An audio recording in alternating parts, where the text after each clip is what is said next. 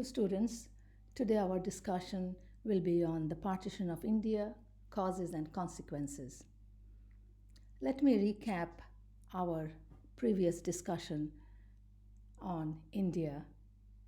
So, in my previous lectures, I have discussed about the partition of Bengal, Hindu Muslim unity, and now finally the partition of India in 1947.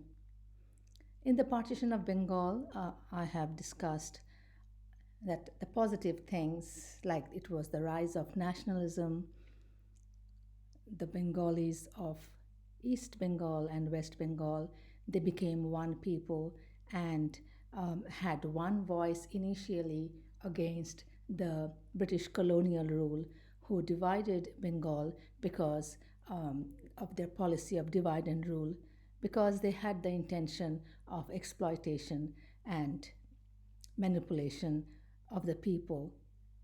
And that's the reason they were insecure, and they wanted to divide the unity of Bengal.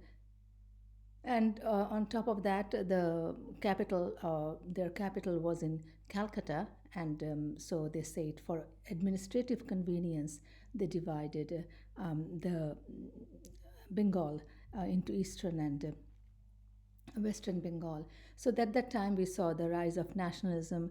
The Rabindranath Tagore, he had this Rakhi Bandhan between the people of East and West Bengal, and then there were the rise of the leaders, Tilak and other leaders.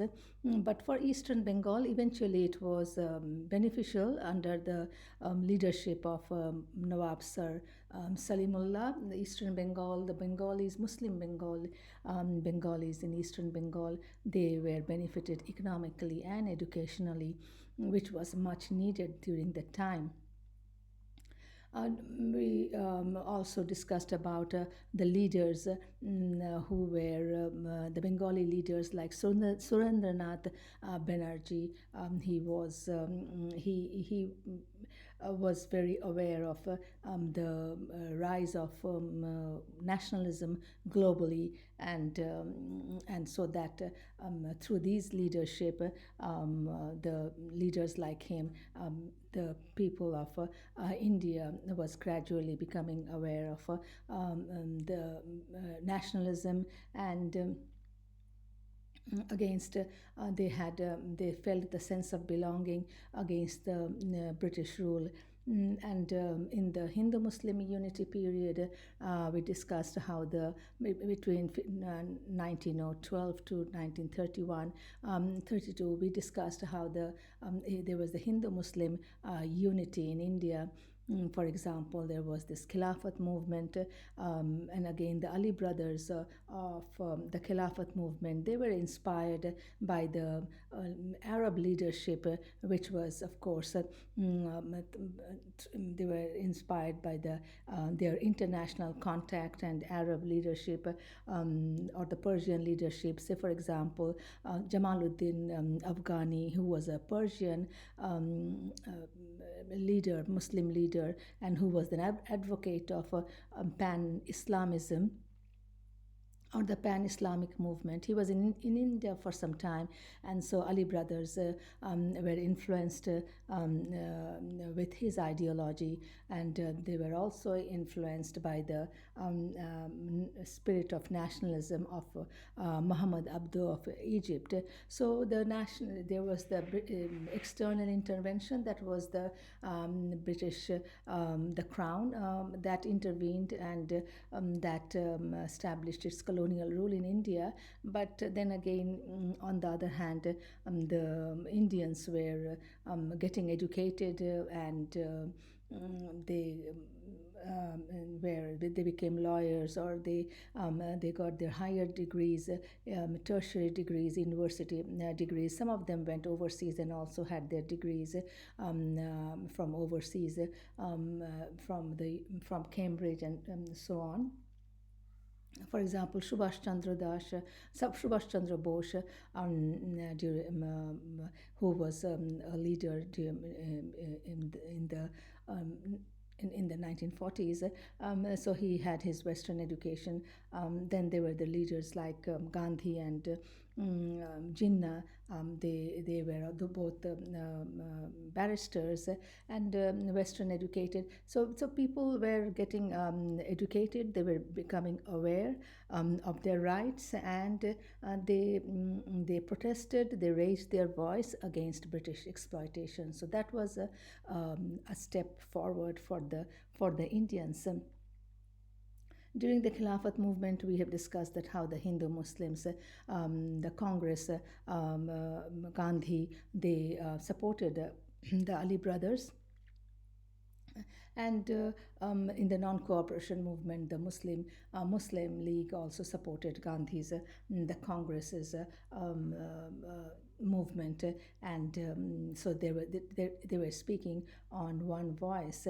But eventually, we will see that in the 40s there was this leadership issue. There was this ego issue among the leaders, and eventually they were split. And finally, the outcome was the partition of India.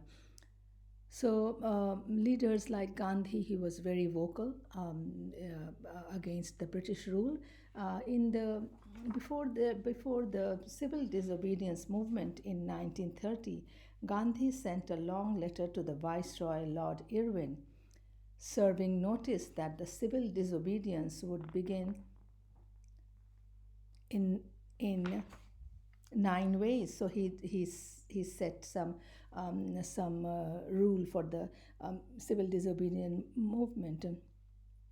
In his letter, Gandhi regarded the British rule as a curse. He said, "And why do I regard the British rule as a curse? It has impoverished the dumb millions by a system of progressive exploitation and by a ruinously expensive military and civil administration which the country can never afford. It has reduced us politically to serfdom. It has snapped the foundation of our culture, and by the policy of cruel disarmament, it has degraded us spiritually.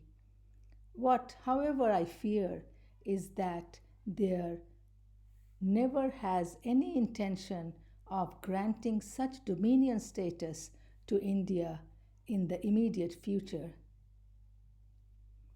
If nothing is done to end the exploitation, India must be bled with an ever increasing speed." So Gandhi puts some of his points in his letter, and then Gandhi, through this letter, Gandhi proved that how India was ready to stand for their rights, and and the British government should give the Indians their rights, and um, then and economically and politically. So in March 1930, again Gandhi started the Salt March, and it demanded the abolition of salt tax. So these were the very important steps, and very aggressive steps that Gandhi took to get the rights for the Indians. However, Gandhi is renowned for his non-violence, and that is the reason there was no bloodshed whenever he had this rallies and protests. On the other hand, there was a leader, a rising leader, and he was Subhash Chandra Bose. Subhash Chandra Bose documentary I have uploaded in the LMS. It has his life story and his contribution to Indian nationalism. So please see the 50 minutes documentary. It has a lot of information on Subhash Chandra Bose. So there was a bit of conflict and differences of opinion and ideology between Gandhi and Subhash Chandra Bose. Gandhi advocated non-violence, but Subhash Chandra Bose, he believed even if it is non-violence, there should be a military, there should be a unit in India for the Indians to fight for their rights against the uh, British colonial rule. But Gandhi was not happy with his comment, and he was Subhash Chandra Bose was had to was asked to resign from the Congress. But these two leaders were good leaders, were charismatic leaders, but their approach was different. Subhash Chandra Bose, at that time, during that time, he was known more as a revolutionary, and he was not given as much. He was not paid as much attention from the Indians because Subhash Chandra Bose had to leave the country, and from overseas he built his own own group of people, his followers, and so he did continue his struggle from overseas, but he was direct, and he believed that force was the only way to get the British out of India. So Subhash Chandra Bose had many followers in India later on and overseas, but however, he was not glorified or given any important significance for his contribution earlier. Say, for example, during the when Nehru was in power after partition, but now Subhash Chandra Bose is regarded as a nationalist in India, and his contribution is glorified. So Subhash Chandra, we have been reading a lot of Mahatma Gandhi, and please do the reading that I have assigned in the LMS, and find out what sort of leader and contribution Gandhi made to India, and again, what sort of leader was Subhash Chandra Bose like.